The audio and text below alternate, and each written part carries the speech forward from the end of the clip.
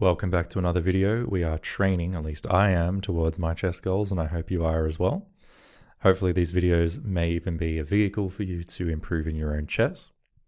Today is a game analysis, and I want to analyze games of players who are already at the level I want to be at, and that is at the master level. Today we're going to be looking at International Master John Bartholomew.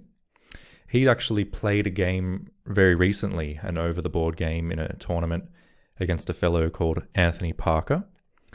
John Bartholomew has the black pieces, and what I'm going to be doing today is firstly clicking through this game for myself, and I haven't seen this game yet at all.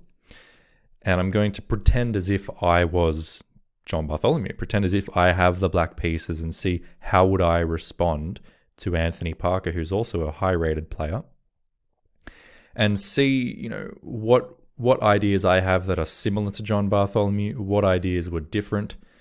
Where I differ from him, I'll try and understand why he's done what he's done. And when it's all said and done, and I've finished, my thoughts of the game, I'm then going to go and watch John Bartholomew's analysis of this game. He actually analyzes this game himself and tells you exactly what he was thinking throughout the game on his YouTube channel. So I'm going to analyze it for myself. I'm going to go and watch his analysis, and then I'm going to come back and provide some final thoughts and learning sort of take-home messages. So without further ado, let's now move on. I'm going to pretend as if I'm now sitting down at the board for a game against a high-rated player in a tournament. Let's go. So white opens with f4. Okay, this is rare, is my first thought. My first thought is, why don't I just respond with d5, take a share of the center? That's very much my style of play. You could play e5 potentially, trying to get the center there, but you are gambiting a pawn there. And in a line where I don't know the theory, I don't really want to start gambiting pawns. Of course, opening up this diagonal might be very useful for my queen, but I feel a little bit, more solid just starting with d5. I don't think that can possibly be a bad move. And it's what John Bartholomew played. So far, so good. Okay, Anthony Parker follows up with a natural move, developing the knight, defends this square so that even if I play something like now e6, I can't really put my queen there because he's going to capture it. Nevertheless, I may still want to play e6. It's going to be difficult really at this point for me to prepare e5 because he already has that square under pretty solid control. He's also able to play d4, which is also well controlled by his pieces and would further add to his control of the e5 square. So it's going to be really, difficult for me to contest his control of this square. Maybe unless I do go for it immediately. But even still, I think he still is the one that's going to control that square. One thing I could do to take away or lessen some of his grip over this e5 square is maybe to play a move like c5. c5 makes it harder for him to play d4 because I can capture. And although he can then recapture with his queen or his knight, regardless, not having a pawn here does actually make the defense of e5 a little bit less secure for him. So therefore, c5 makes some sense. It's also a very natural move. I can then put my knight behind it rather than in front of it. So yes, this is potentially one of the moves I would strongly consider. Knight f6 is also a move I could strongly consider. And since I'm probably not going to be playing e5 anytime soon, maybe I could consider playing e6, although I would have to think, do I want to develop my bishop first before I close the gate, so to speak? And if I would I want to put it here, giving him the possibility to attack my bishop? Well, in general, that may be okay. That may well be okay, but it seems like the two simplest options here are c5 and knight f6. And then we can wait and see what happens with the play. I don't think there's really much if I come here. He just pushes me, and I'm going to have to basically be okay with this trade. Now, am I okay with this trade? Just briefly, I suppose I am. I open up this rook. I do give away a bishop, though. I can follow up with simple moves like this, and with all my pawns on light squares, maybe the loss of this bishop's not so bad. It also, getting rid of this knight is another factor that would weaken his control of e5. So, this is definitely also a possibility. And I think in practical terms, all of these options are probably fine. This is probably fine. This is probably fine. This is probably fine. Or even this is probably fine. I think in a real game, I probably would play c5. I think that's probably the most flexible. Let's see, what does John Bartholomew play? Well, JB actually plays g6, not one of the moves on my radar. Not one of the moves on my radar at all. But now that he plays it, it does make some degree of sense, in the sense that I don't think either of my moves that I was suggesting were bad by any stretch. But in these kind of d4 openings, if he plays d4, which it seems he probably will at some point, and d5 and, the queen's pawn openings, you can very often see this kind of, I think they call it like a King's Indian, where in a queen's pawn opening where the bishop gets fianchettoed on the king's side. Something of a King's Indian, or at least that's the flavor of it. So yeah, that makes sense. It's not a move I was considering, but it does make sense.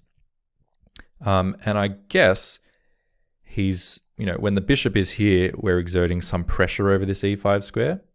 Now, I was always thinking, if you go back one move, I was always thinking that after a move like this, and possibly the bishop coming out, possibly not, but regardless, after these kinds of moves, that one day I might put my bishop here. And if my bishop's here, it does exert some control over e5. But I suppose doing it in John Bartholomew's way keeps the bishop a bit safer as well. Also puts the bishop on a long diagonal right away. I like this move, it's good. I didn't think about it, and it gives me something else to think about in future. All right, so Anthony Parker, he continues actually ignoring the center. He doesn't want to play d4, at least not yet. He's actually going to fianchetto his own bishop, and I'm just thinking his king looks really open. His king side is pretty open, and there's probably nothing we can do about it at the minute to exploit the potential vulnerability of his position. But I'm just noting that it is quite open, and maybe that heightens the desire to play something like e5 and just open the center up. Of course, first I'm going to have to develop my pieces so that the opening of the center actually provides benefit to me. I'm also thinking now, if he does fianchetto his bishop, maybe a move like c6 might be nice, just so that his bishop bites on granite, as John Bartholomew would say. That might be something to consider. And if I'm going to play in that way, then my knight is more likely to be directed out this way. And if my knight's going to come out this way, maybe I do want to move this bishop, first and foremost, so that my knight doesn't block the bishop in. It's also possible for my knight to come out this way, although that seems a little awkward, and it seems like, where am I going? I'm going to jump off the board or something. So I think most natural is probably just to continue the development of this bishop. I think that move makes quite a lot of sense. I think still c5 makes sense. Possibly knight f6 still makes sense as well. Am I afraid of him jumping in here? Not really. I mean, I can just contest that knight straight away in various ways. I think the most natural move, if you've already played g6, is probably to go bishop g7. That's what John Bartholomew does. Okay, and likewise, Anthony Parker follows up by fianchettoing his bishop. He's ready to castle now. And you can see his king's going to land on not this diagonal, but on this, not that diagonal, but on this diagonal. And that might be another reason to play this move c6, so that the queen has access to this diagonal quickly, which would come with a check and also an attack on this pawn. Which means that in future, if he were to play, either d5 or maybe d3 and e4 and trying to get his bishop out, it's a remote possibility, but just noting that a check may be able to put some pressure on his position in the future. This bishop can't really give a check from here as long as this knight is there, but nevertheless, the bishop's doing a nice job, also keeping an eye on a rook in certain cases in the future. Regardless, here we are. I think, developing the knight may make some sense. Developing the other knight may make sense. I still think c5 makes sense. Of course, I'm also considering c6. Maybe e6 as well. E6 I think makes a lot of sense as well, just to support the d5 pawn, and also to make it so that this knight can come out this way. You know, this bishop's really nice. I don't necessarily want to block it with my knight. So maybe playing something like e6 and knight e7 makes a lot of sense. Preparing to castle, allowing maximum scope for my bishop, and we can basically play on from there. This bishop does feel a bit hemmed in. Maybe there's even possibilities of playing something like this or even that. But here we are, we're at this particular move. We need to come up with a move in this particular moment. I now don't love c5 as much that he's fianchettoed the bishop, because I feel that this bishop's going to have a lot of scope, and I think I would rather play c6 in general. So I would be thinking probably e6. Probably e6, maybe knight f6. Probably knight f6 is the more flexible, in the sense that we still can deploy the bishop outside of the pawn chain, whereas we can't do that if we commit to e6 already. So there's pros and cons to both. I think they're probably both fine. But let's continue on the journey. Let's see what JB did. He plays knight f6, and predictably Mr. Parker castles. The first thought is, hey, why don't we just castle here ourselves? And that may make some sense. I think that's probably a very logical move. Do we want to develop the bishop?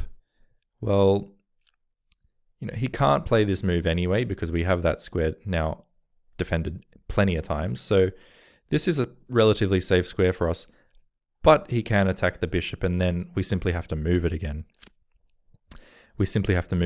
So I wonder if because of that, you know, maybe the bishop's not too bad where it is. Maybe we can play e6. Since he is castled, maybe we should castle too. I don't think we're ever going to castle long and try and pawn storm him. I still think we probably want to play c6 as well, potentially. You know, we don't have to. We could play knight c6 and, you know, e6, and that seems relatively solid as well. Maybe this knight can come around here. The bishop can just hang out for a while. Maybe later we can play c6. So there's so many possibilities. Let's see what JB did, because I think it's pretty inconsequential at the moment. He castles. All right, now Mr. Parker. Mr. Parker plays d3. d3. So fair enough. So he's possibly hinting at wanting to play this in the future. At the moment, we can still take that pawn if he were to play e4. And he can't take back because we just simply trade queens and then take this pawn. And en masse, we've won 2 pawns for our 1 pawn. So he still can't play this move. So therefore, the only maybe real benefit of having played this move is that he can bring his bishop out if he wants. Now keep in mind, we did say that if he moves the bishop, we might be able to land a queen here with check and then pick up what would be an undefended pawn. Maybe, you know, we also have this long range diagonal bishop, so maybe even moving our knight in, you know, response to a bishop move could make sense because it comes with a tempo on this pawn. I don't think there's necessarily any further attacks, but now I am thinking about this c6 move just to make this a possibility. You know, if he comes here, then actually we can develop the knight with a tempo against the bishop and also a tempo against this pawn, which I think looks really nice for us. Maybe he can, in that case, he can put his bishop here, where it opposes our bishop and also saves itself from our knight. So it evades our knight and also blocks our bishop's attack of the pawn, which is going to be no longer attacked and instead will be facing off against this bishop. Which we could take. We could take that bishop, and then after knight takes, we could actually land our knight here with a fork against these 2 pieces, winning an exchange. So I kind of like c6 here. I think I probably would play c6. I don't think I'm necessarily in a rush to do anything particularly else. I am also just thinking about this bishop, because after c6, am I also going to follow up with e6? And am I, you know, really not liking this bishop in that case? Should I try and trade bishop for knight? And again, diminish control over the e5 square from his part? Maybe. But say he moves his knight, you know, possibly here. Or even if he just leaves the knight. Let's say he leaves the knight. He probably takes with the rook. And then I play, these ideas. Don't know that it really makes a difference. So I think I would go with c6. Let's see what JB does. JB goes with c5. JB goes with c5. So he's not particularly as afraid of this diagonal as perhaps I was. I think, looking back on it, c6, yes, okay, maybe it blunts his bishop. But as mentioned, it does kind of make it a little awkward for my development, especially if I'm going to play e6 in future. I put my knight here. What is my bishop doing? Absolutely nothing. Whereas if you play c5, yeah, okay, maybe his bishop has a bit more scope. But this pawn is well defended for the time being. It can be better defended again if we want it to be. And now after playing c5, our knight has this natural developing square. We can even in future play moves like this, develop the bishop this way, put the rook here so that this diagonal is relatively innocuous. Anyway, I actually quite like that. This is a more harmonious move. This is a more harmonious move. So, okay, I like that. I'll be interested to see John Bartholomew's thought process and to see if any of the thoughts I'm having he's also had and analyzed and discarded. So I'm really looking forward to that. But let's keep moving through. All right, so Mr. Parker breaks an opening rule. He moves the same piece for a second time. Now, this knight kind of looks pretty strong, and perhaps it is, because if we try and just oppose the knight on one of these squares, he can trade. You could say that ruins our pawn structure, but our pawn structure is still pretty good there, and we get an open B file or a semi-open B file that we can put our rook on, simultaneously getting out of this dangerous diagonal. So that wouldn't necessarily be too bad for us.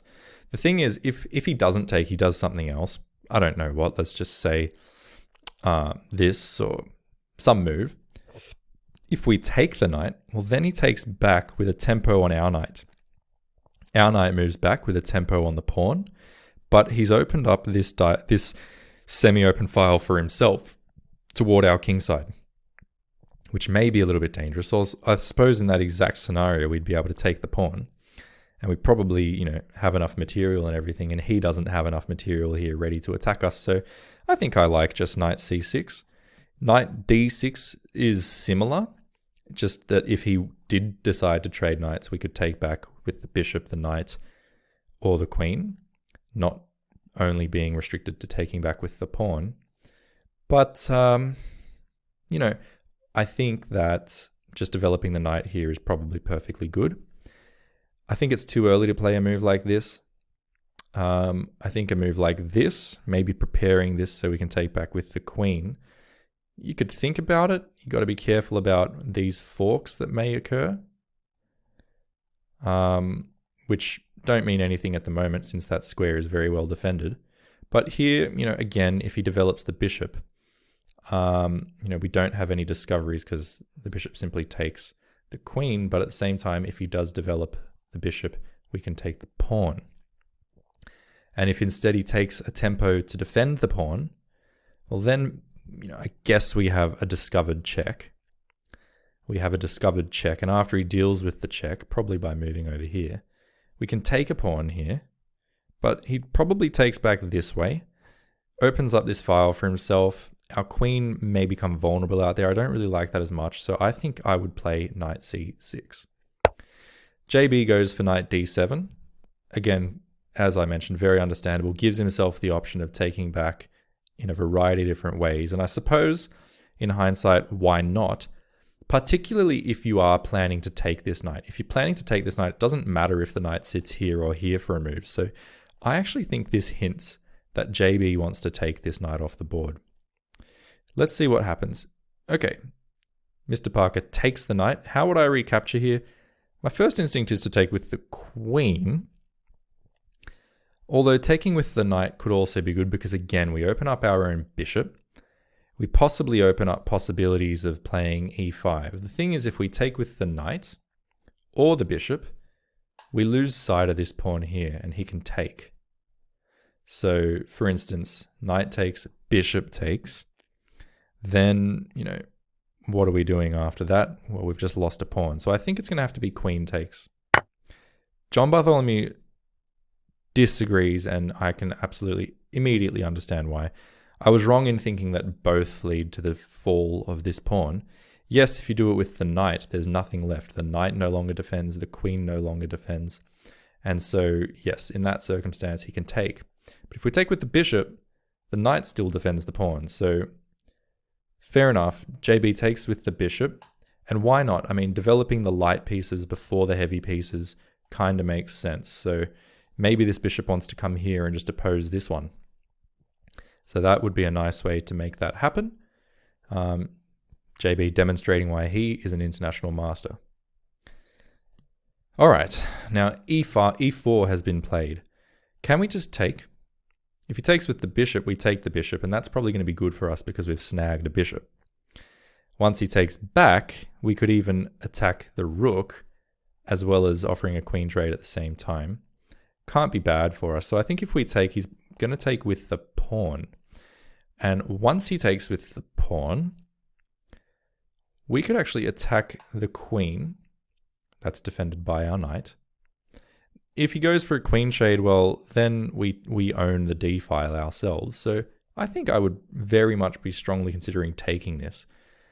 Like I said, his king is very open, and I was looking for ways to open the center anyway, particularly now that we have some pieces in the game. I would be wanting to just play d takes e.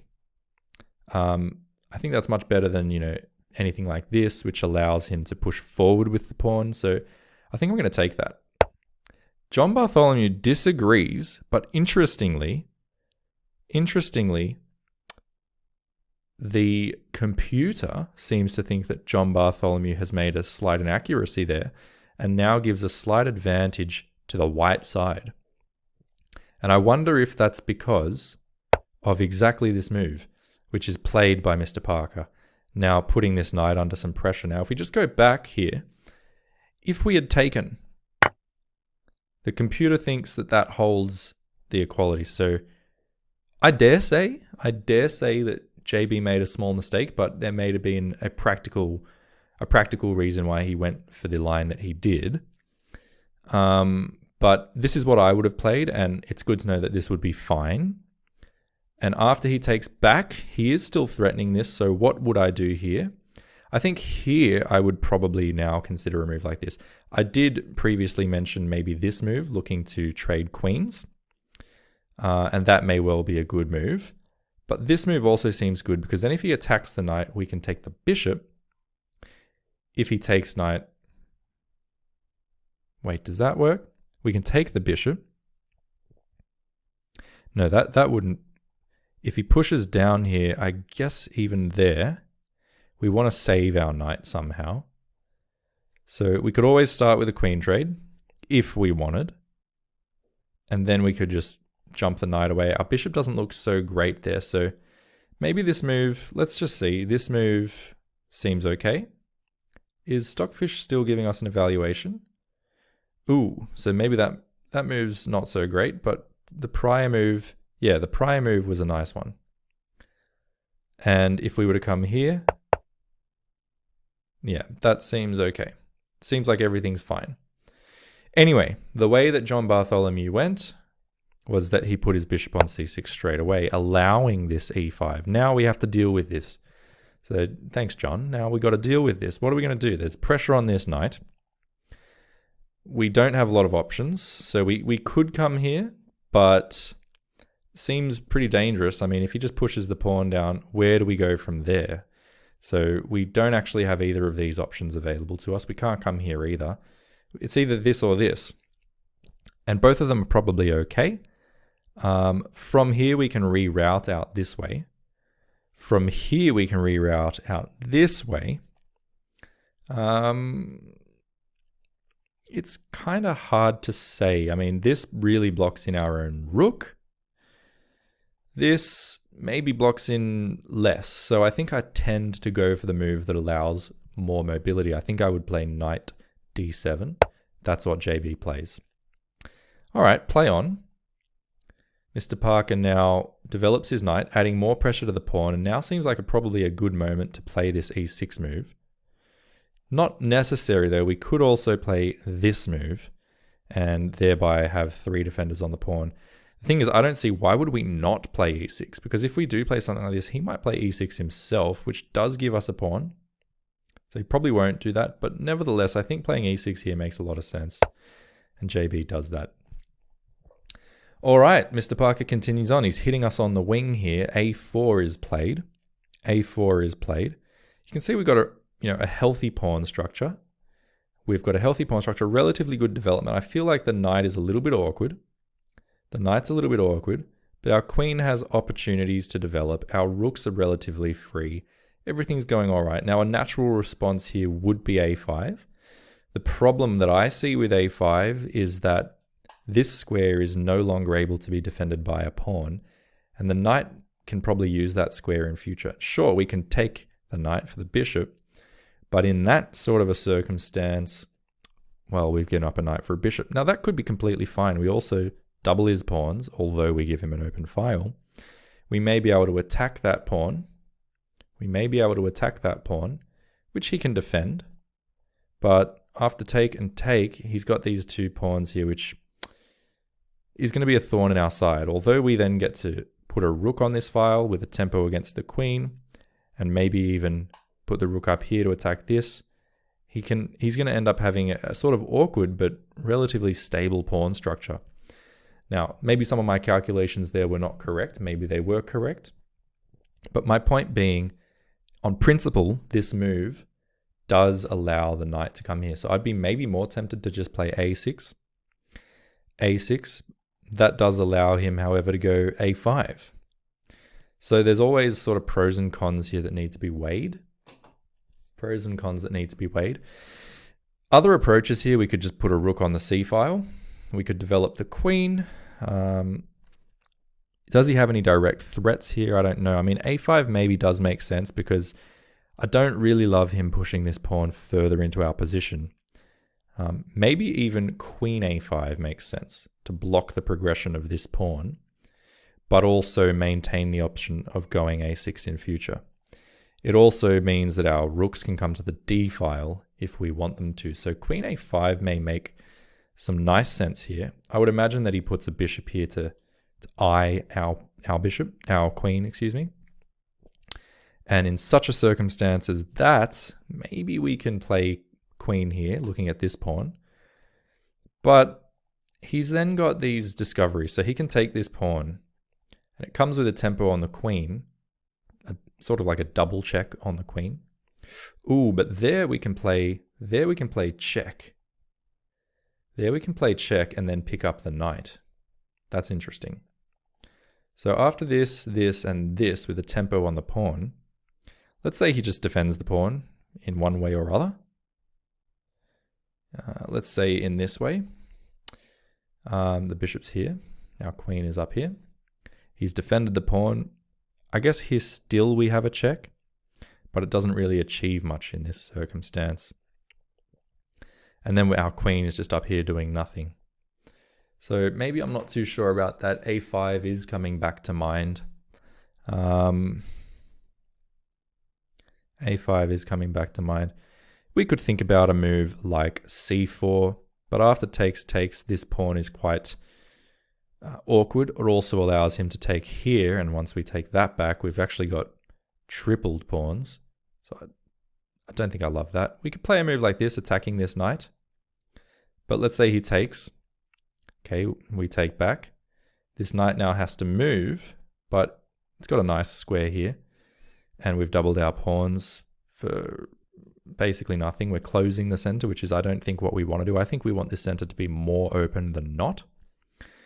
More open than not. One thing we could do is also just put our queen here and consider a sacrifice of the knight for 2 pawns in order to open the center. Another way maybe to open the center would be to play something like f6. f6 threatens to take and then take back. So f6 comes with a direct threat against this pawn. And if he takes, well, then we can take in a variety of ways, but we've opened up this file for ourselves in a certain way. We've also reopened this diagonal. So actually, I kind of like f6. f6 does allow a5, but again, we get to take twice there.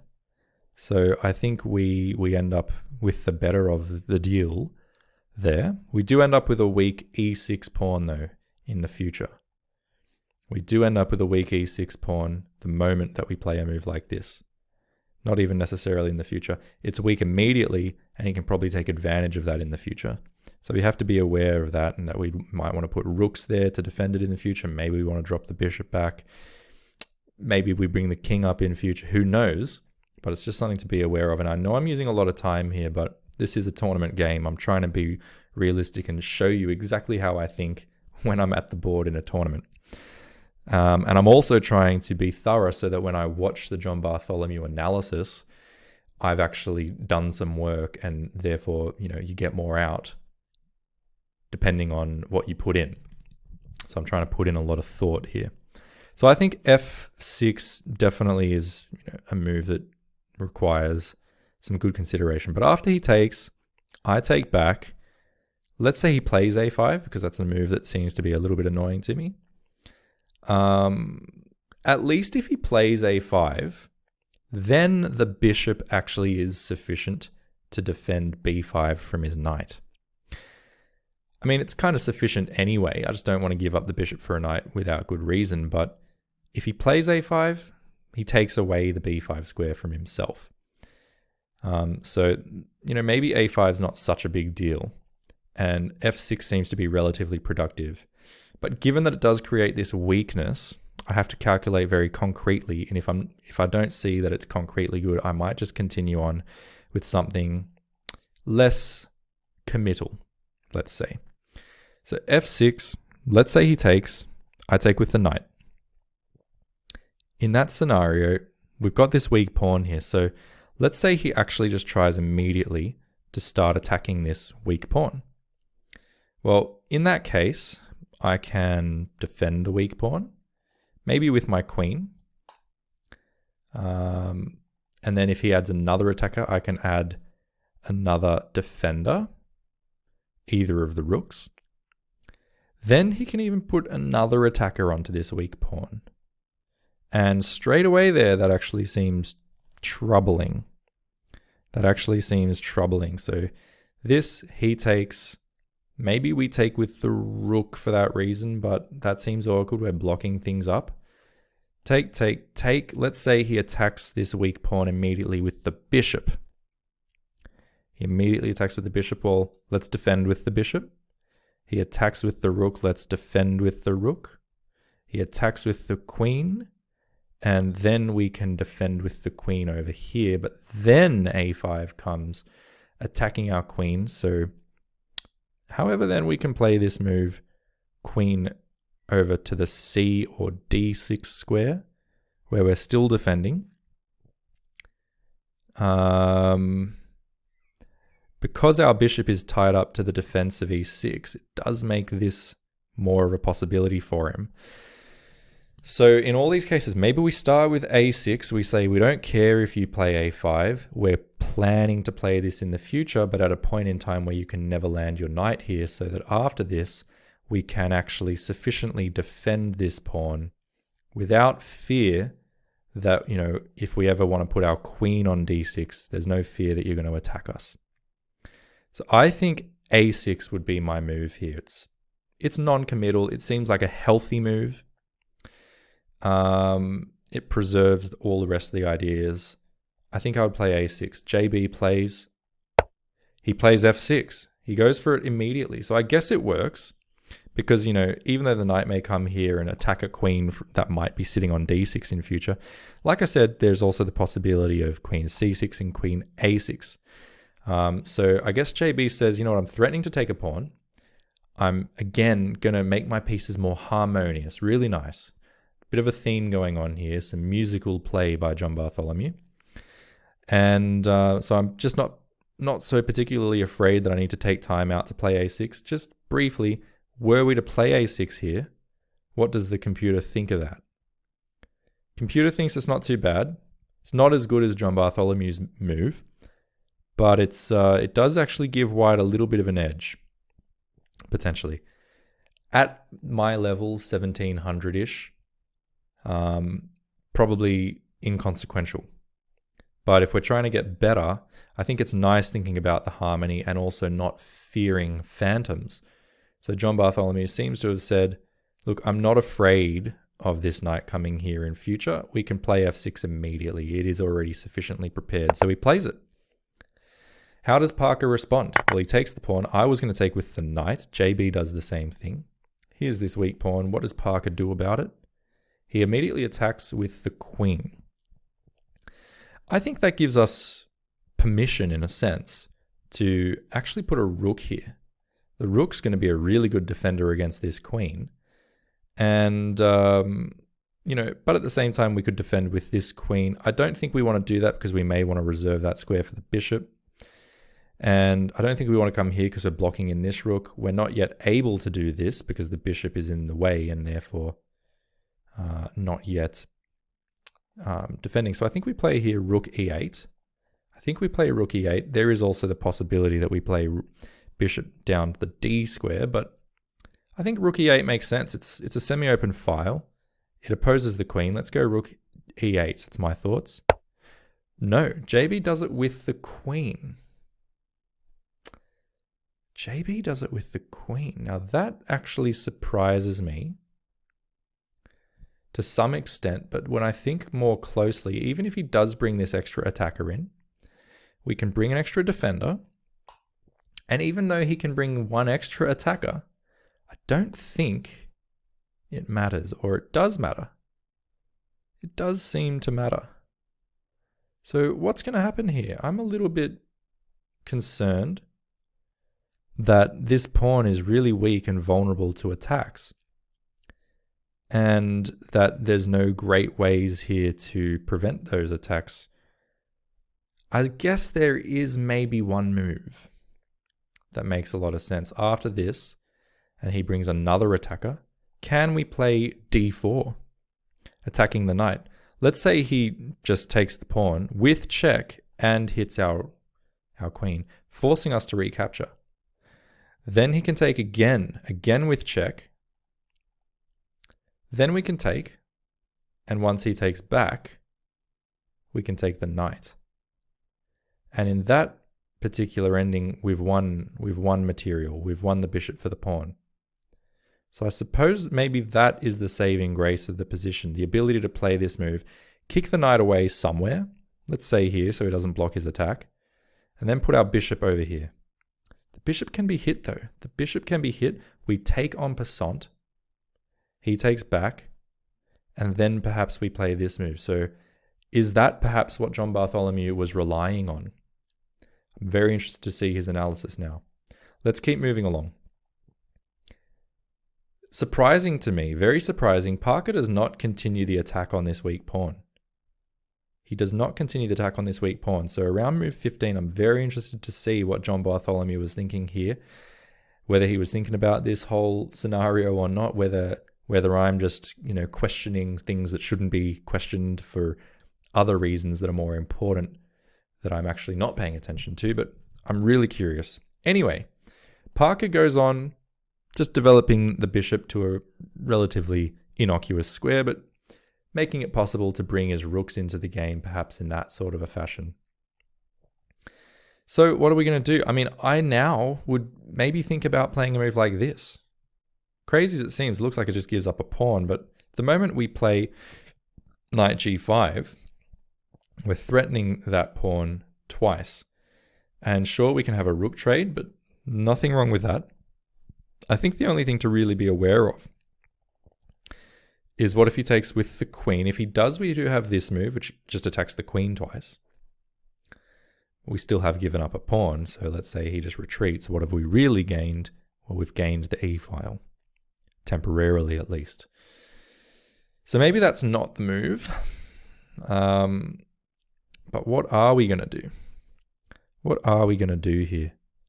Perhaps there is this idea of d4, but d4 does also block this diagonal from our bishop.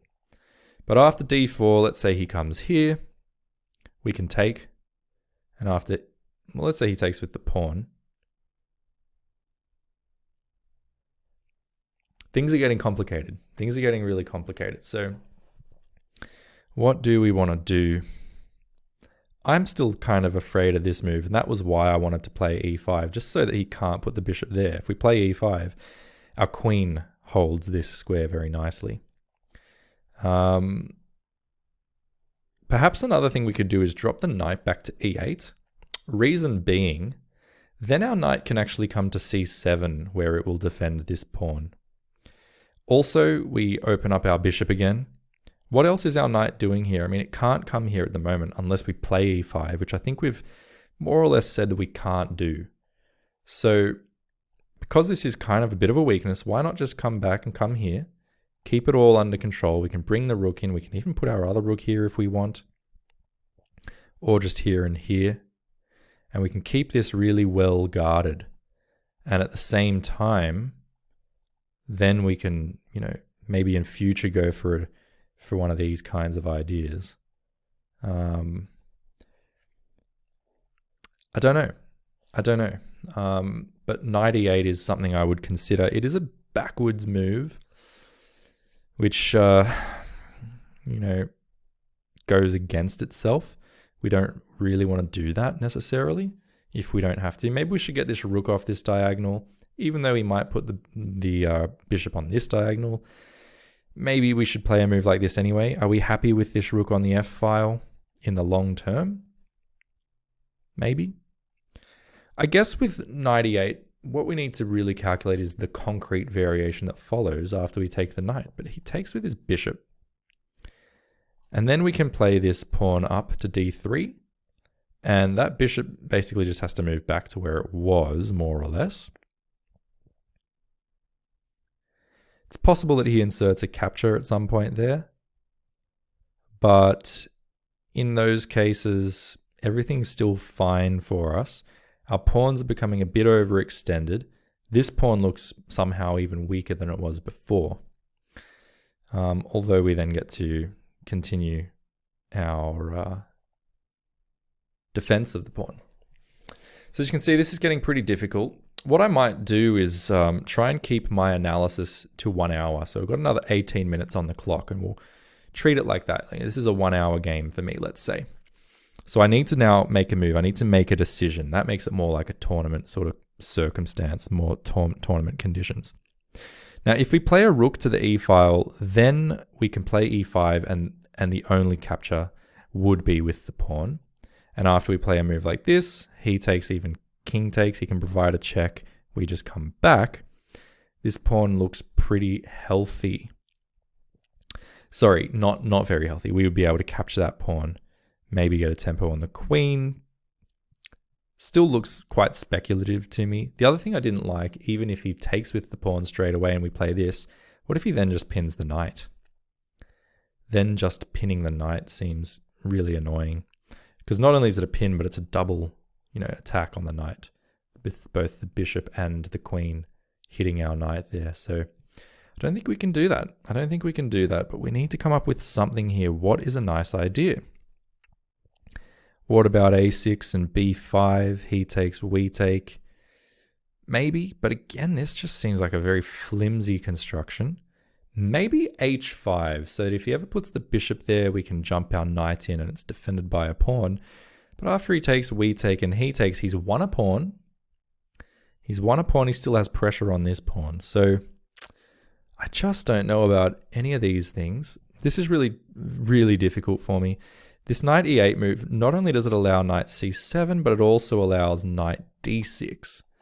Is the knight better on d6? Well, I think it is, because after this, let's say he immediately comes here. Well, we can defend the pawn again like this. If he then brings further, reinforcements, we might be forced to play knight c7. I mean, if we had time and we could go knight d6, then I can think about the move as maybe being good, but I can already see we don't have time to do that. So if we play knight e7, we're going to be if we play knight e8, we're going to be coming to knight c7. And maybe that's just really passive. Now, keep in mind, if this guy ever moves, we can potentially take this pawn. Potentially. But I don't really like how JB put the queen here. I don't really like that. I would have rathered that be the bishop, and I would have rather we could defend this pawn a bit easier. But I'm just plagued by this pawn.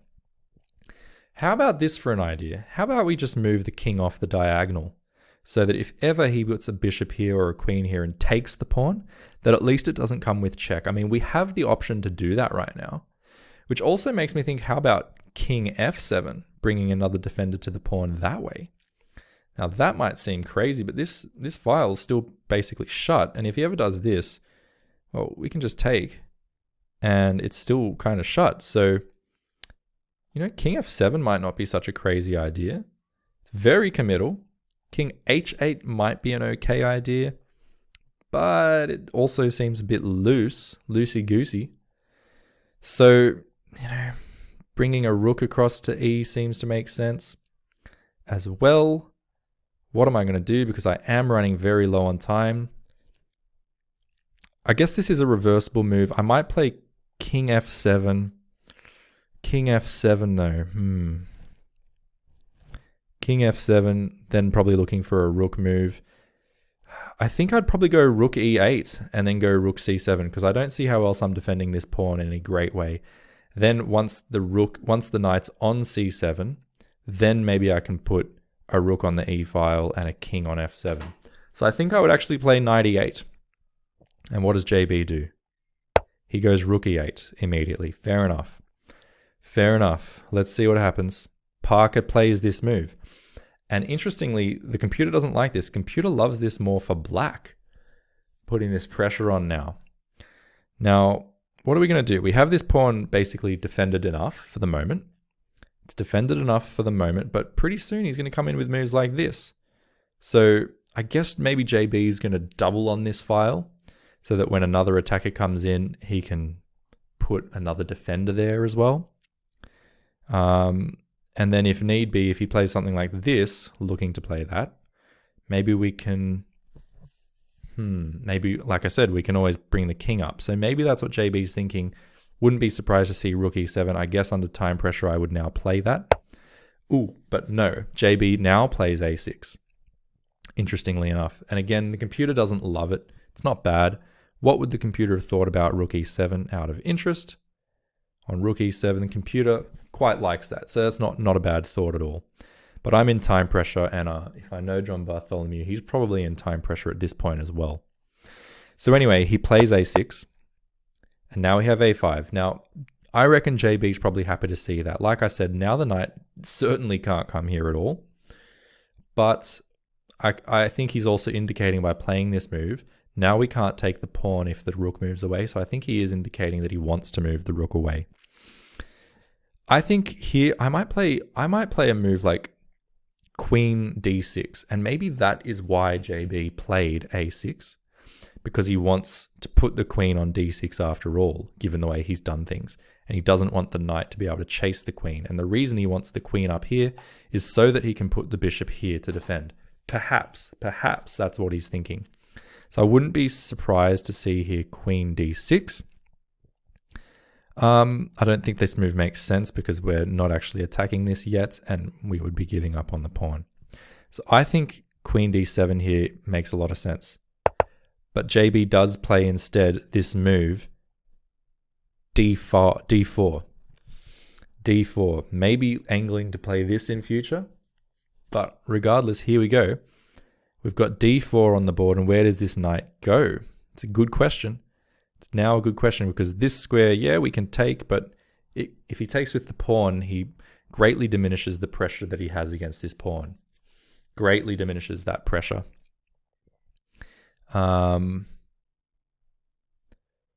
So, okay, it's difficult for me to analyze this. Instead, he goes back with the knight. Again, keeping open this file, as I previously had hinted that he may.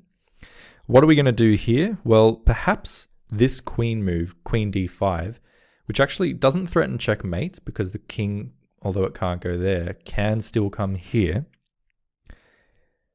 In that circumstance, though, we have check.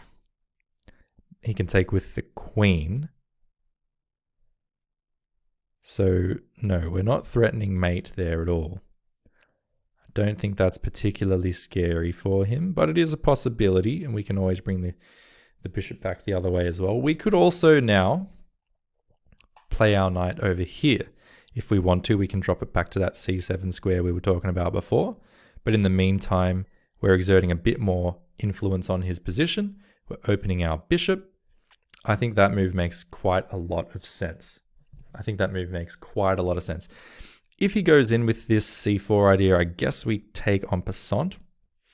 Although this pawn is pretty nice at restricting both his bishop and his knight, maybe it would be better after we play this and he attacks the knight to actually just drop back, defend this pawn, and maybe look to move the queen in future. So I think I would play here knight d5, but JB plays the queen d7 idea. So that's understandable. So I think he wants to free up this square for another one of his pieces. I think that's what he's thinking there. Okay, now, out of interest, had we played knight d5, computer says, yeah, not bad. Not bad at all. It's a good alternative. All right, but queen d6, and we've only got 10 minutes left on the clock. He develops the knight. He's trying to come back around to one of these squares. None of them look too super scary. But in this case, now that the queen's out of the pin, we don't actually have to defend the pawn anymore. We can actually push this pawn if we wish. And that's nice, because if he takes, we take back with the rook. With a tempo on the queen, we can double up on that file. Everything looks hunky-dory. And we're also threatening to take a pawn with a tempo on a queen. So I really like the look of e5 right now. If you attack the queen, big whoop, we take that threat off the table and then continue opening the position. So I think I would pretty much play e5 here. I don't think I need to preface it with king h. If he ever comes in with a check, he's not hitting anything else anymore. So I can just move the king at that point. I think I'm going to play e5, and JB plays e5 as well. JB plays e5, so that was nice. What now, Parker? Well, now Parker takes. I'm going to take with the rook if I'm JB. Yes, correct. Ooh, and he doesn't move his queen. Instead, he pins our own rook. So if we take queen, he's going to take this queen with a tempo on this rook. So let's calculate. We take queen, he takes queen. What can we do then? Well, then we can move our rook out of the way, and we've doubled up our rooks. We've still got a tempo here. Maybe even another idea after takes queen and takes queen is we could come here, threatening this bishop. And there's really no way for him to defend the bishop. He could do it with the knight, but we take, and although he then has this check, we just take twice. So that's not going to work for him, I do not believe. Also, if we take, and he takes here, and we come here, again, this check, we simply move out of the way. I don't think there's going to be any back rank issues here, because the knight actually blocks. Hang on. We take, he takes. We come here. Let's say he can provide the check first and we move out of the way. Then let's say he comes here. Defending the bishop. I don't think that should matter. Because we take with our rook. And after we take with the rook and he takes back, we then take this bishop and we're up material. So I actually think I would take the queen. I don't see why not. I'm a bit low on time. I'm going to take that queen. JB says that's what he likes as well. And after he takes, I think I'm going to attack this bishop. JB instead doubles, but is there a problem with attacking this bishop? Not necessarily. It doesn't seem like it's quite as good. As doubling the rooks, but it's not far off. So not a bad idea. Again, everyone has their own style. I think that would have been the way I play, but doubling was also obviously an understandable move and a move that I thought about and mentioned. So what's he going to do here? We are attacking this pawn. So it's not an easy one for him to defend either. If he does something like this, well, we are also attacking the pawn behind it. If he does something like this, we're also attacking the pawn behind it. So I think he's going to try and defend the pawn using one of his rooks. But no, and in fact, my vision of the board there was a bit limited. I didn't see that he was actually attacking this pawn. That just didn't cross my mind. At any point during these calculations, I thought take, take and I stopped thinking I'm attacking this and I'm attacking this. I was willfully blind, if you will. Didn't want to continue thinking that he could take this pawn. So anyway, fast forward, here we are. We've doubled. He takes the pawn. I think we take this pawn with a tempo on this. And if he takes this pawn, how do we then proceed? Well, perhaps then by doubling up rooks on the 7th file. I mean, that might be really nice. That might be quite nice. This bishop then is nice, but we can always get rid of that bishop by moving our knight out of the way and encouraging a trade. And then, you know, I think that looks good. And I'm under time pressure, so I'm going to go for it. Ooh, JB makes a move that the computer didn't love. Let's see if the computer likes this idea. Yes, it does. It really... Ooh. It likes it slightly better than JB's move, but again, it's no big deal. No big deal. Maybe a matter of style, but JB plays the knight move first, protecting this pawn of his. Parker now parks his knight here, giving up this pawn if we wish to give it up. And we may. Also, you know, we could think about this kind of sacrifice. I don't think we get enough for it, though, to be honest. I really don't think we get enough for it. So I'm thinking about a move like this here. I'm also thinking here about a move like this with a tempo on the knight. I think that is a really nice... I say tempo on the knight. I mean a tempo on the rook. If the rook moves, you know, somewhere, if he attacks our rook, we just trade rooks. He would probably have to come here to defend the knight, because otherwise we're threatening to take the knight and then take the pawn. But if he comes there to defend the knight, we can attack that rook again, make it move again. Or we can attack it this way, so that after it moves, we can attack it again. And ultimately looks like we're almost going to win a pawn, but he takes that there. All right, we've got to be quick. We're running out of time. So if we play this move, it looks like a really good move, because even after he does defend this, we can then take that. So I think I'm going to here play knight e3. I think it's most natural. But no, JB takes the pawn with the rook, only now. That's kind of interesting to me, because we can't double up on the second rank anymore. So I want to know, does the computer like the move knight e3? It doesn't mind the move at all. Doesn't mind the move. You'll note that the evaluations have been very, very minimal, marginal advantages either way throughout this game. And I guess that's probably what you expect at high-level chess. It's not easy to get an advantage, and it's not easy to keep one if you have one. Now, we've only got a few minutes left, so let's go back and let's see what happens next. So JB takes the pawn, and Parker offers a trade. Offers a trade. Now, what happens if we take him up on this trade? He has to take with the rook. And then there's this move, which attacks this knight twice.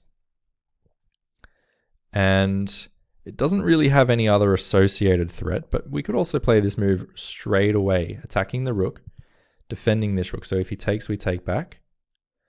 But I think I like taking, because after we take, and then we come here, he can't get this rook over to here, just magically.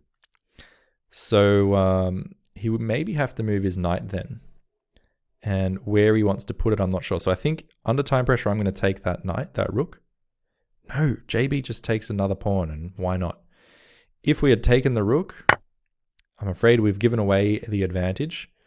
And that's a bit of a shame, because again, he takes back. We probably play this knight e3 move. Oh, and that's really bad. What is so bad about this move?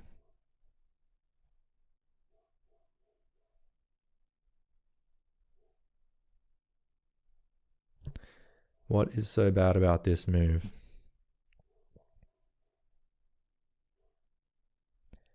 Could it be that he attacks the rook? And our rook finds it a little bit hard to find cover.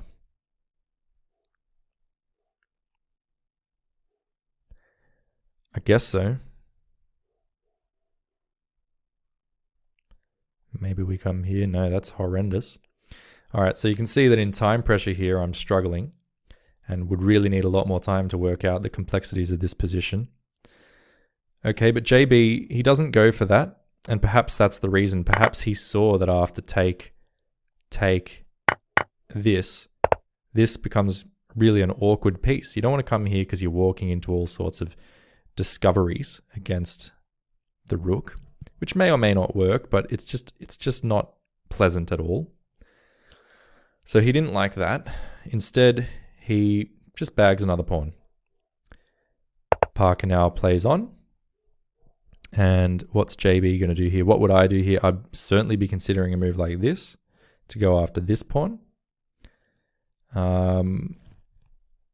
Am I missing something? He is threatening perhaps this check. If he plays that check, we have to move.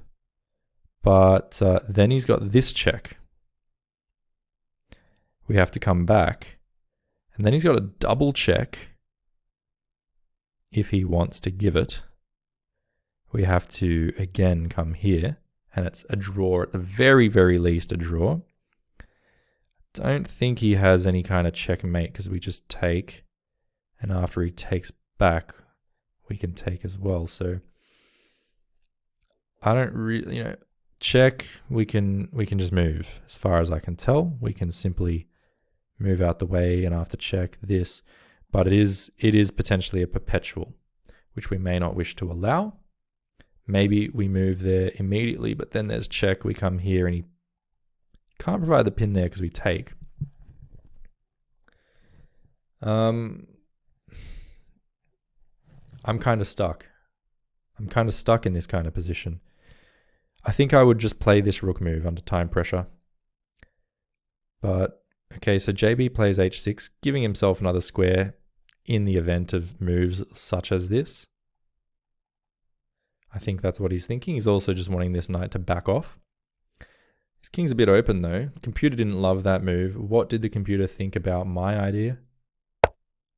Ooh, back to equality. Back to equality. And I guess I can understand why. Perhaps it's this check. And once we move, it's the exact scenario that I just spoke about. There's just a repetition here. So I did nothing to prevent the repetition, whereas JB did. He wants this game to go on. He wants to win. Okay, now the knight lands over on this square, attacking our bishop. What are we going to do about that? If anything, the bishop is defending this pawn. So we could play our bishop up here. We could drop our bishop back as well. But if we drop the bishop back, then there's this check. We take, and then he takes. I mean, it all seems a bit lackluster, doesn't it? It all seems a little bit lackluster. I think I still like this knight move. You take this, I take back, I'm hitting this. But I just don't see anything super amazing. Maybe in the future we can do something like this, distract the bishop and give it a check, but no.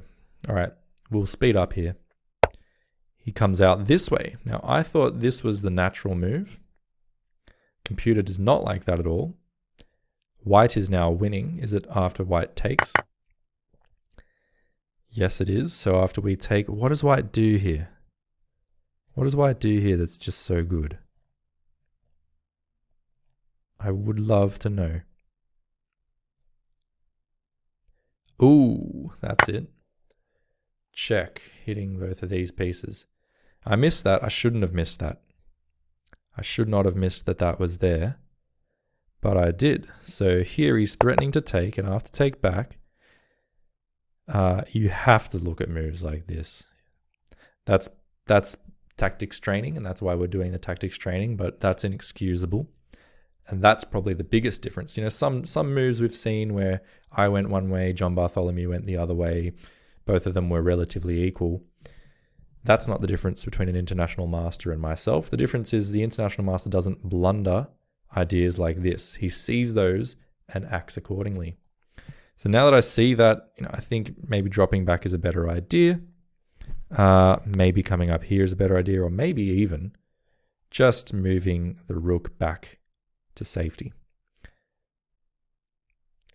It also makes sense though why JB comes here now, because now after this take check. No, that doesn't make sense really. Maybe after this, JB is going to play a check of his own. Oh, that's nice. That is nice. Because the king can't come anywhere here. He can only come here. But once he comes there, we can take this rook with check. The king can't come anywhere here, so he just has to come back. So we can come back with check and then take the knight. That is genius. Woo! That is genius. John Bartholomew.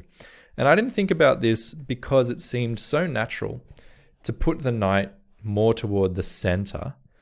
But from here, we're threatening a beautiful fork. That should come to mind with any kind of tactical training. And what a beautiful idea that now this threat of take, and taking the pawn actually doesn't work, because after take, we sit this check in and everything covers so nicely that this king's just going to get checked while we take both the rook and then the knight. That's lovely. So Parker instead defends this square. Offering this trade, we could still play this fork, which will win an exchange of sorts, if we want to. What happens there? We go check. Let's say he takes, we take back. Then he takes, we take, he gives a check and we move somewhere. Those things seem pretty good. There he's going to have two bishops and a rook versus two rooks and a bishop. So I think that's actually good for us, and JB goes for it. He moves out of the way though. He moves out of the way. So now if we take this rook, he's going to take this rook. Then we can take this pawn with a tempo on this rook and also a tempo on this bishop. So again, very low on time. We'll try and keep things a bit quick now.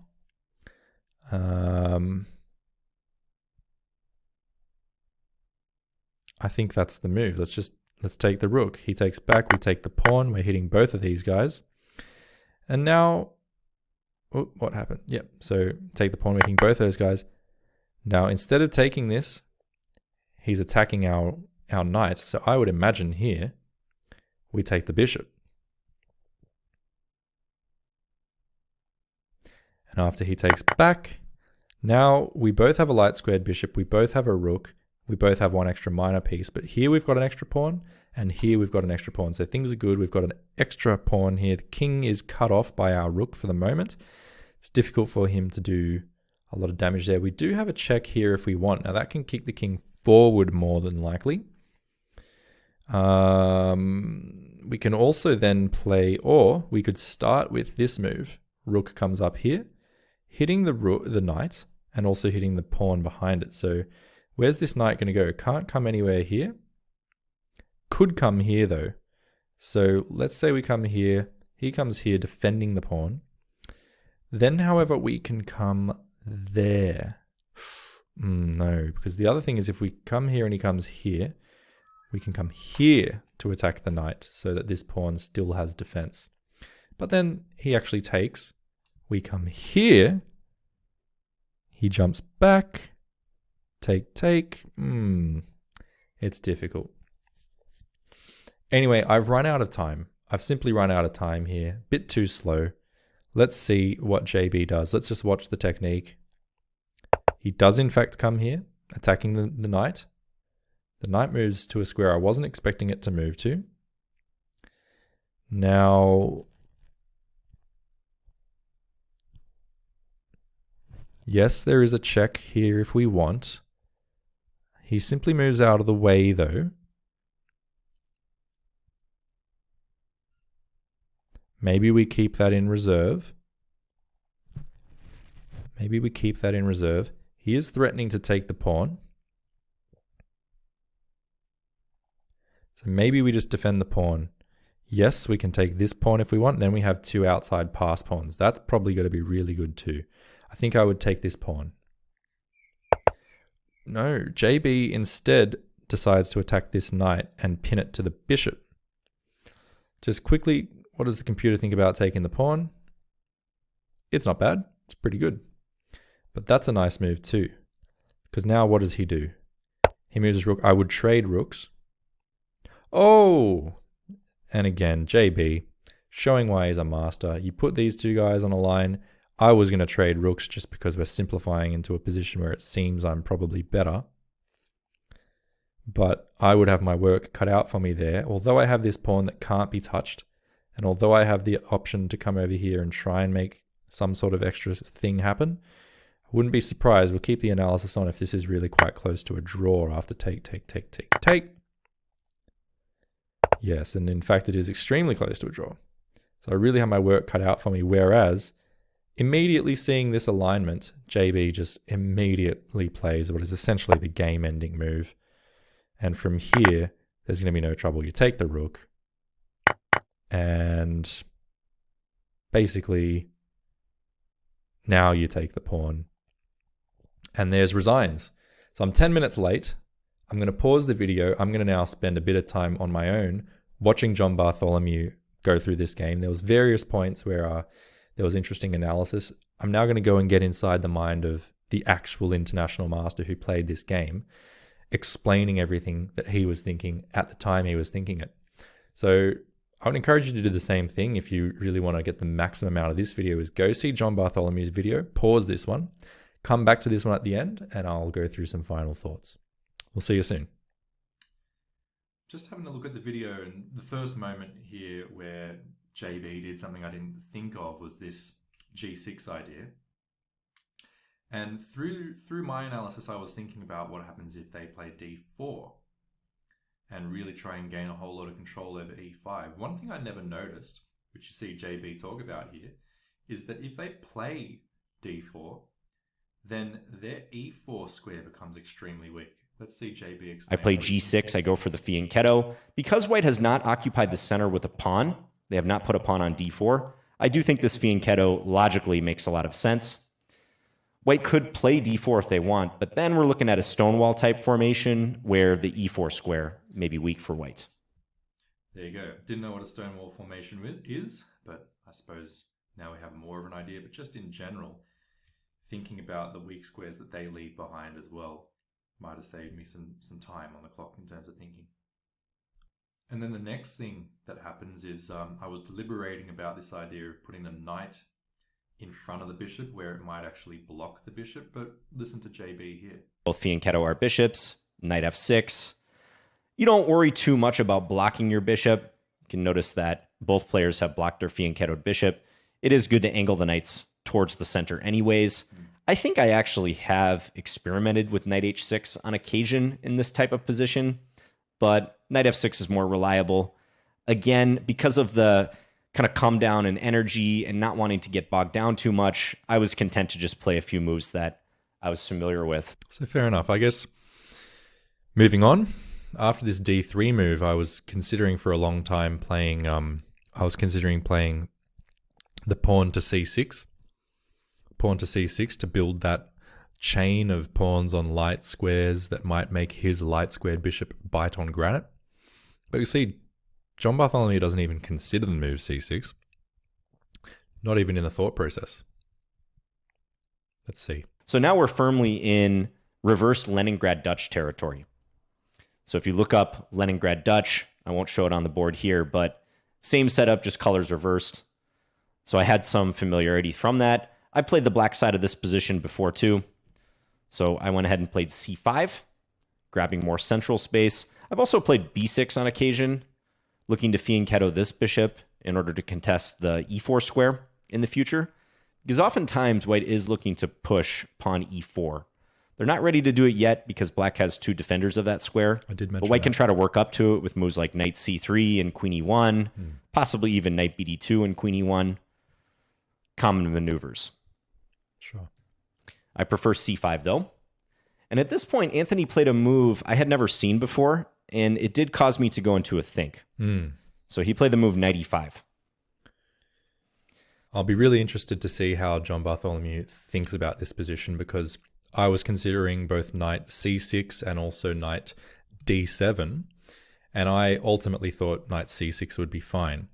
I suppose knight D7 makes sense if you're wanting to just chop the knight off the board and trade knights yourself.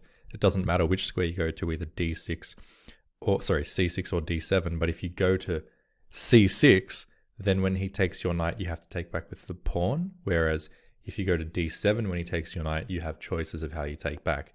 So I'm really curious, how did JB think about this?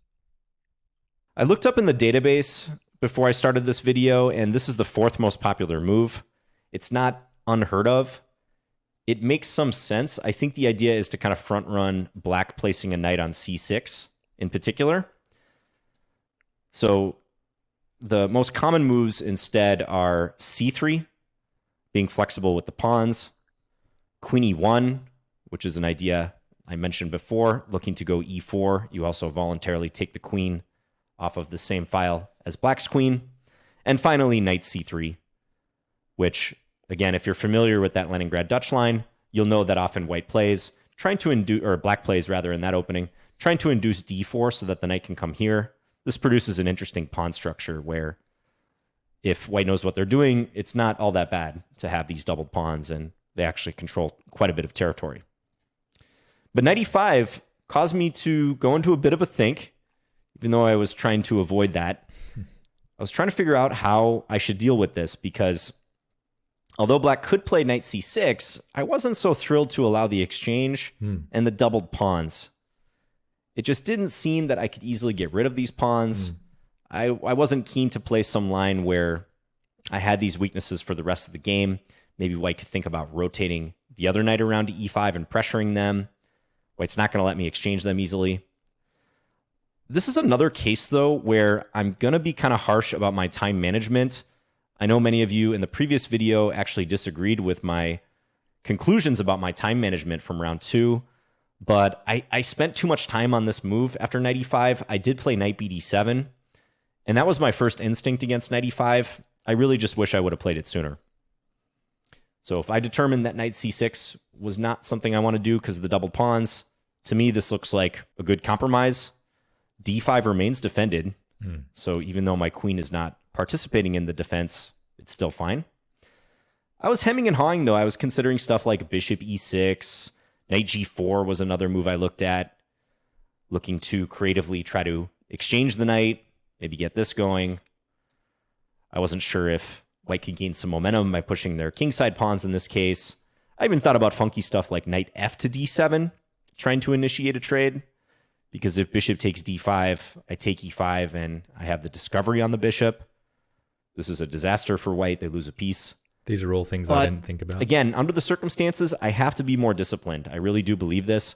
Maybe in a game in 90 plus 30 time control, if you just double the base time control, I could afford to spend 5+ minutes on knight bd7, but I should have played it faster here. I don't know exactly how much time I spent on this move because I didn't make a note of it, but it was more than a few minutes, let's say, probably somewhere upwards of 5-6 minutes. So I play this, and he's playing quite quickly here. He plays knight takes d7, so it doesn't make me wonder if he's going to capture that knight or not. I took with the bishop, and then he pushed e4. And this was another aspect of having to move the knight early, is that black might be faced with e4. That's probably white's plan in playing the knight, one of the plans, because the bishop participates in guarding that square. So again, in preparing this video, I looked this up because I was kind of curious of the theory. This position has been reached a few times, and black has reacted in a few different ways. Most popular, it seems, is to actually take on e4 and then play either bishop c6, offering a queen trade and attacking this pawn. e5 was another move that was played, which halts the progress of the e-pawn and reckons that if white ever takes, black's pretty happy because they're almost certainly going to regain this pawn with an advantage. And even within, I think, of this position here, after the trade on e4, aside from bishop c6 and e5, there's one other game I saw where black went bishop b5, hitting the rook, and again offering a queen trade. So I did see that this was possible. Some lines like this, trading and then looking to play down the d file or maybe playing that e5 move. But roughly speaking, I wanted to follow my strategy that I outlined in round 1 in playing against lower rated players. I didn't want to simplify too early. I didn't want to reduce the complexity of the game. I felt like I should already be at least equal here. I have all my pieces in the game. So he was playing a bit of a meta strategy there. I thought he might have something else in mind, and that was it, of course. Well, I'm really curious to see what happens later on when I was thinking that the pawn on e6 could be a weakness. So let's fast forward to that point. This is really the start of that area, that section of play. After he had played a4, and I was considering, do I play a5, do I play a6? And I thought about that f6 move, moving the pawn in front of the rook forward. And I thought that maybe first I should start with a6. But this is where John Bartholomew went with f6 directly. And as a consequence, the e6 pawn becomes weak. And that's where I was thinking perhaps he would do moves like bishop d7, queen b6, etc. But let's see how he plays this next section. Me on f6, which I do play next. White takes on f6. And here I was also deliberating for a little bit. I had a feeling multiple ways of recapturing this pawn were fine. My first instinct was bishop takes f6 because I thought that it kept this bishop's diagonal open and maybe I can look to play e5 in the near future. But the more I got to thinking about it, I realized that this might hinder my ability to play e5 because I need d5 defended. Same with queen takes f6, by the way. I think I considered this on par with bishop takes f6 as well. It seemed attractive to do this and connect the rooks. But as far as playing e5 anytime soon, I wasn't sure that queen takes f6 really helped me because it would leave d5 insufficiently guarded. Right? So say white plays something like bishop d2 here. I can't go ahead and advance this backward pawn because I lose the pawn on d5. Yeah, these are all pretty esoteric considerations. So that knight cost me a takes little is time just very kind of natural. debating these options. I ended up taking with the knight because although I lose some grip over the e5 square, I thought it was the smartest thing to do in terms of defensive d5. But my plan going forward is very much to push e5. Right. I want to work up to that. As a baseline here, I was thinking queen d6, rook a e8, and then e5. That makes sense.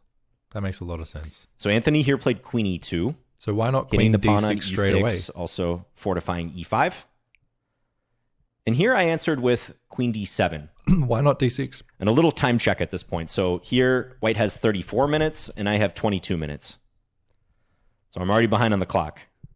Not hugely so in terms of I'm not in absolute time pressure yet, but enough to be appreciable for sure. 34 minutes versus 22. That's a pretty big difference in a 45-minute game. Sure. Jono, please tell us why you didn't play queen d6. Why did I go to d7 instead of d6? Thank you. I thought on queen d6, the move knight b5 may be annoying at some point, maybe even right away. Thinking back on this, though, I'm not sure. The computer does approve of queen d7, but it's very close with queen d6. I suppose I could always just play queen d7 here, but I wasn't keen to trade my bishop for the knight, let's say, and allow this file to become open. That is one point behind a4 is white might be able to use this b5 square as an outpost. That's why I played a6. So I was sort of hemming and hawing. These are the sort of micro decisions that do cost time in a game, in my experience. So I played queen d7 just to try to stay out of range of the knight.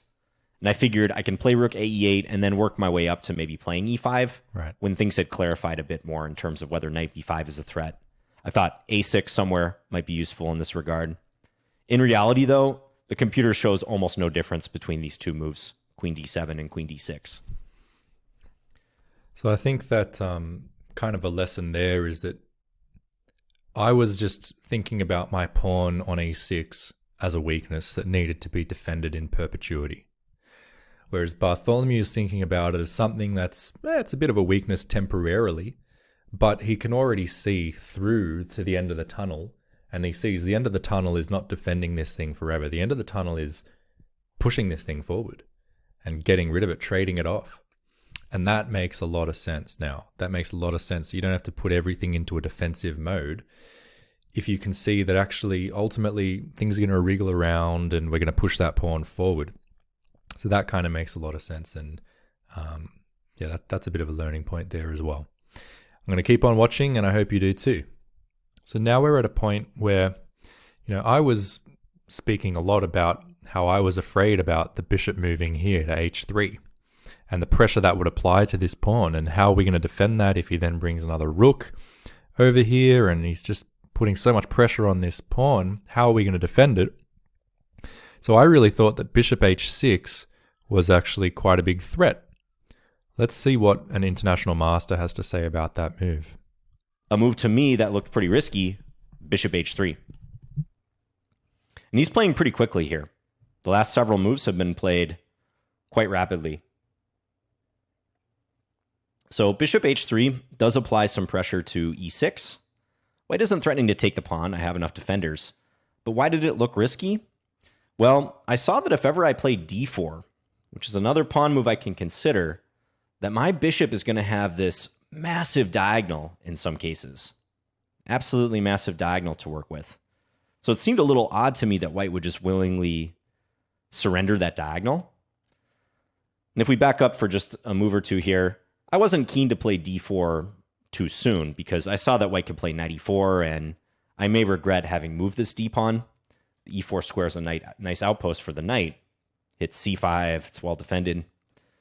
But as soon as white played bishop h3, my eyes are instantly glued to d4. I'm very much considering this move now. But spending a little more time trying to adjust to bishop h3, trying to consider the course of action, I ended up playing what is probably a useful move, but not the best move. So I play the move a6 here. And again, my logic was it's nice to control b5 if I want to pursue this plan of queen d6 and then e5 without worrying about knight b5. Also, I thought maybe b5 as just a pawn push would be useful, trying to eventually play b4. Maybe we get some trade. Even if I surrendered the a file, white's kind of shooting into the void over here, although I would have to watch stuff like rook a7 later. So it just seemed like a handy move to control the b5 square. But the computer does say that d4 right away is good. And I don't recall exactly what I missed or underestimated here. Knight b5 I saw could be an option against this, because if I take on b5 twice, not only is e6 hanging with check, although arguably that's risky to take because white is pinned, white could take here. I don't know what my assessment of this was at the time. Maybe I just didn't want to get involved with this. But I'm not forced to even take this knight. I could play a6 simply and just kick the knight away, force it to go back to a3 and then play b5. And the knight is looking a little out of the game here on a3. Note that queen d5, if ever I do that, could be met by bishop g2. So white can stymie my attempt to play queen h1 by going here, and we're looking at some trades, potentially on g2. Knight e4 was another move that always was on my radar if I were to play d4, and you'll see coming up that I considered the possibility of knight e4 in quite a few lines. But as it turns out, on knight e4, I can simply trade on e4 and then play bishop takes pawn on a4. And I wish I could recreate my thought process, but I might have just missed this detail, that this was possible. White doesn't have much compensation at all for the pawn. Probably it's negative compensation, actually. Black's threatening bishop b5 here. Nothing really to show for the pawn. So yeah, I don't know exactly why I didn't play d4. Could have been knight b5, might have been a miscalculation here. Not seeing that I win a pawn. But at any rate, I play a6. So here my opponent has 33 minutes versus my 18 minutes. And he makes a mistake. And he was pretty critical of himself for this next move. He played the move a5. So advancing the pawn, locking down the b6 square, but if you paid attention to what I just mentioned with my calculations on the previous move, you might be able to figure out why this is a mistake.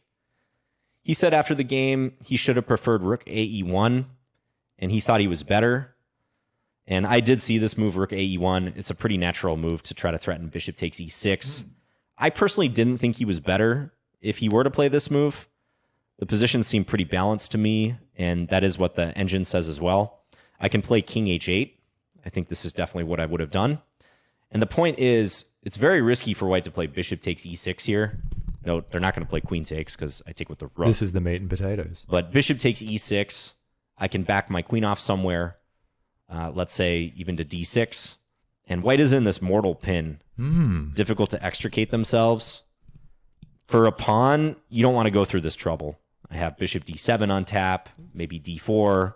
Even if I were to play queen d8 or something, I think black has fantastic compensation with d4 on the way. Wow. So this would have led to an interesting battle. I don't know what the evaluation is here. Yes, I have trouble playing e5 in the short term. I can't do that.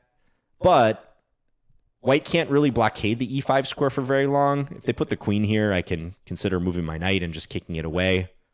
Probably there's immediate problems like this. Notice that white's knight on c3 is 2 squares away diagonally from the e5 square. This is an interesting geometric thing to point out. If white could teleport their knight to e5, I like white's position. But if a knight is 2 squares away diagonally from a certain square, it takes them a minimum of 3 moves to reach that square. Didn't know that. So you could imagine, this is even with the knight being unencumbered. 1, 2, 3, 4. Oh, actually, sorry. I think it takes 4 moves for them to reach that square. Yeah. It's even more than I thought. So yeah, that would be a lengthy maneuver, even if it was possible. But in the current position, way too much traffic to even consider something like that. So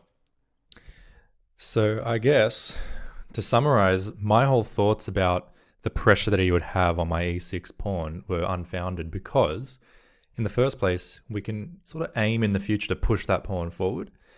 And B, being aware that if he wants to take it, it's going to have to be with the bishop. And once he does that, that bishop's going to be pinned. So that makes the move not scary for me, but risky for him.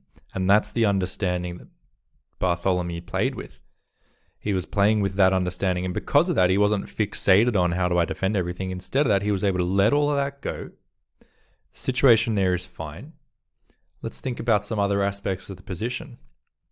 And that's probably what ultimately, freed up the brain power for him to come up with that amazing move of putting his knight up here as he did in the end, and then coming in with that fork and everything. That was really nice. So anyway, I'm going to watch the rest of the game now on my own. I might come back and give a final thought, but otherwise I hope you have enjoyed this video, and we'll see you next time. One last thing we've got to see in this particular game was that genius move that Bartholomew came up with here, where white is really threatening to take the bishop, and after we take back, to take this pawn with the bishop, checking the king and also hitting the rook. Something that I actually missed in my initial analysis. But the response that John Bartholomew came up with was, I think, just genius. Let's see what he has to say about it. So when I was considering my response to knight g5, I knew what I was going to do here. I would say this is the last major critical moment of the game. So black to move. What should black play? There's only one truly good move here. See if you can find it. Well, we already know what it is. It's this knight move up to c3, but let's hear John explain it. Okay, so I met knight e6 with a knight move of my own, knight c3. And after I played this move, I felt a release of all this stress of the last 2 rounds, getting into massive time pressure in back-to-back games. I still have my guard up, don't get me wrong, because I still need to convert, as we will see. But knight c3, I felt like I should be winning after this move. Why is this move so strong? It has the threat of knight e2 check, fork on the king and the rook, and it also unveils my light square bishop towards g2 and h1. White's king is in huge danger here, and they really can't deal effectively with this checking situation, this knight e2 idea. So I knew this was likely going to put me ahead material. If not put me ahead material, force white into some serious contortions to stay in the game.